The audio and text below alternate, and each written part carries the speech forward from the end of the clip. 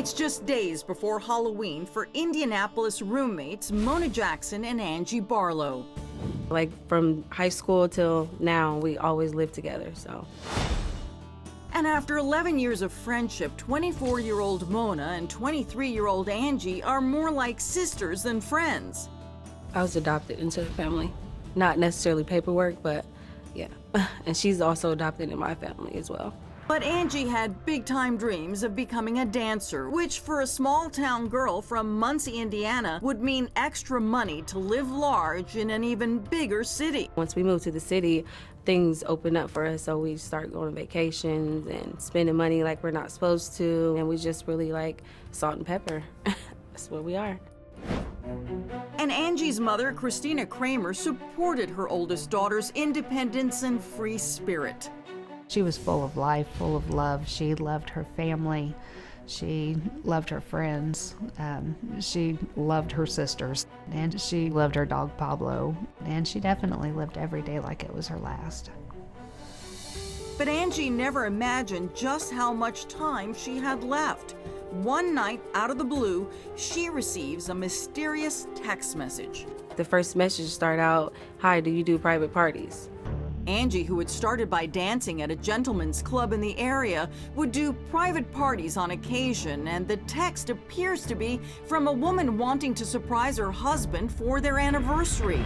But there was something odd about the exchange. Never once said her name. No name and unknown phone number. It just wasn't adding up, and I told Angie, I said, please do not do this private party, because it just didn't seem right at all.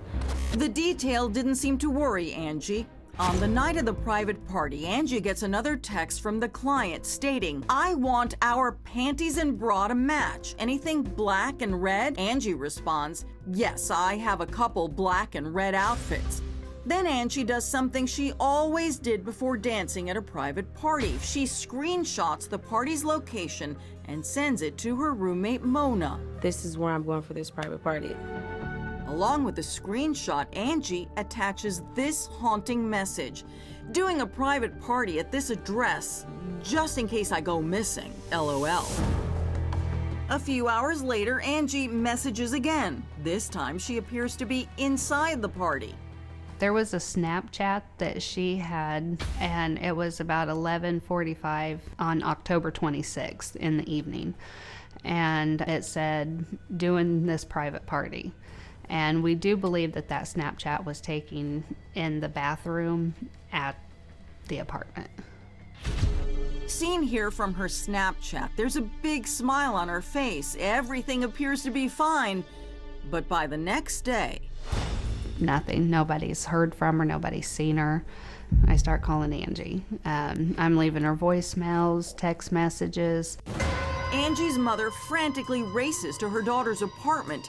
It's clear that she hasn't been home. She has a Yorkie, and she didn't go home and take care of her dog. She never left him unattended. Immediately, Angie's mom and friend Mona head to a nearby police station to file a missing persons report. Maybe she's off somewhere. That seemed to be a very real possibility after cops get their hands on surveillance video from the apartment complex. The surveillance video from the apartment complex shows Angela Barlow's vehicle, which is a blue Pontiac G6, leaving the complex at around 3:30 in the morning. Detective Jose Torres is with Indianapolis Metro PD. He dissects the video frame by frame. Directly behind Angela's car is another vehicle. It appears Angie isn't alone. Indianapolis dancer Angie Barlow is missing. Surveillance video time-stamped at 3:29 a.m. shows her car leaving an apartment complex after a private dance performance at a local residence. But as she drives off, another car follows closely behind. And they were that close where the gate opened up for both vehicles. It wasn't like any space in between them. It was literally one right behind the other.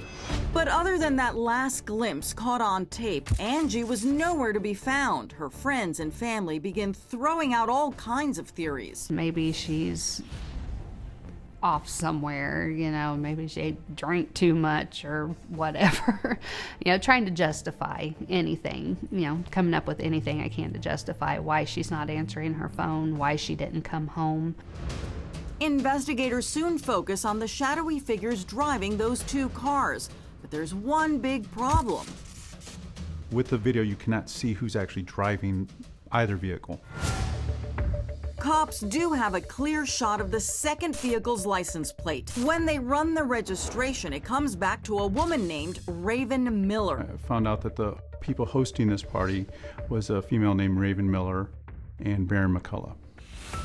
Detectives determine that Raven and Baron are the secret clients, but it turns out they were no secret to Angie. Angela knew Raven Miller and Baron McCullough through where she worked at the club.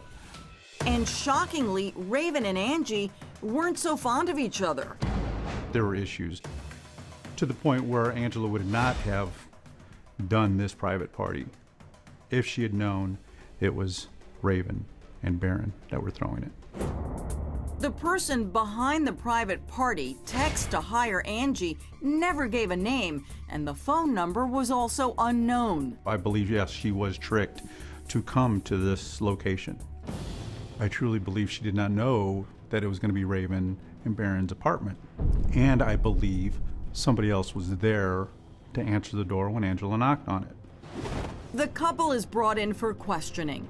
They admit that she was there, but they also said that they never left the facility. They stayed there and while Angela left.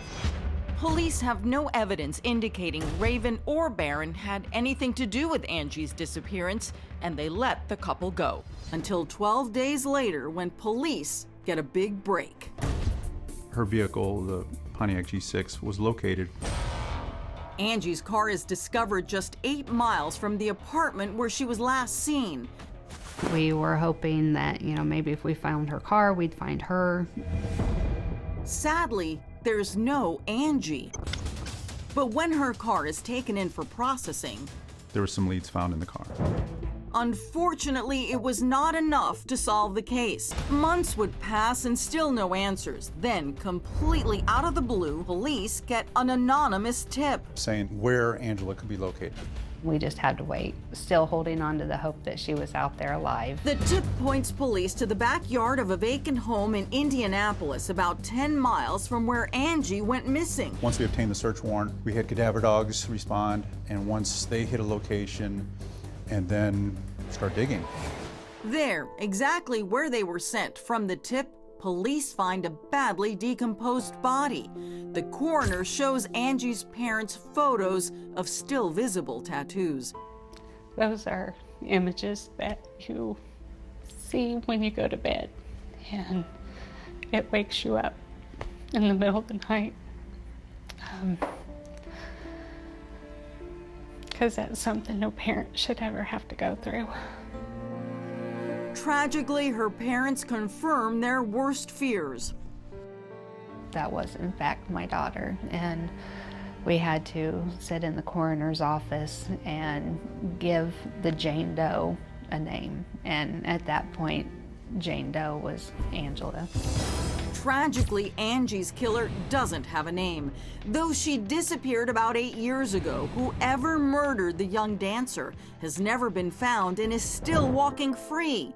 Now, police are appealing again to the Indianapolis community for any help in solving this mystery. There's a lot of information that I have, a lot of speculation, a lot of hearsay. Knowing and proving are two different things. Though investigators do claim to have an idea who did it, but even they know ideas don't close cases. The case is still open. I mean, this is a difficult case because really nobody's really come forward in this case. Joining me now is Angie's mom, Christina Kramer. Christina, I'm so sorry for everything that you have been through. Thank you. There's a few things I want to talk about. Christina, if a tip came into the police which led them to where Angie was buried, don't you think that that tipster must know more about who killed Angie? Yeah, I would think so. Christina, what do you think happened? I have been told there's a local gang in Indianapolis, and Angie was acquaintances with one of the gang members. And she had accidentally overheard them talking about a double homicide that they had committed. And they needed for her to be quiet. They paid the person of interest to kill Angie. If a gang is involved with the murder of your daughter, one, how can you even begin to figure out why your daughter would be on their radar? She was a dancer, and she worked at clubs, and you get to know a lot of people when you work in places like that. How do you get through the day, and how do you honor your daughter every day? I get through the day by trying to keep busy, but I try to keep her memory alive by keeping her story out there, by keeping her name out there, her face out there. We give a scholarship away in her name every year. I do good deeds in her name throughout the year. And the more people that know, I feel like the more public outrage there will be. And maybe that will put the pressure on a lot of people to say more and a lot of people to do more. I hope you get justice for Angie. I do too. Thank you.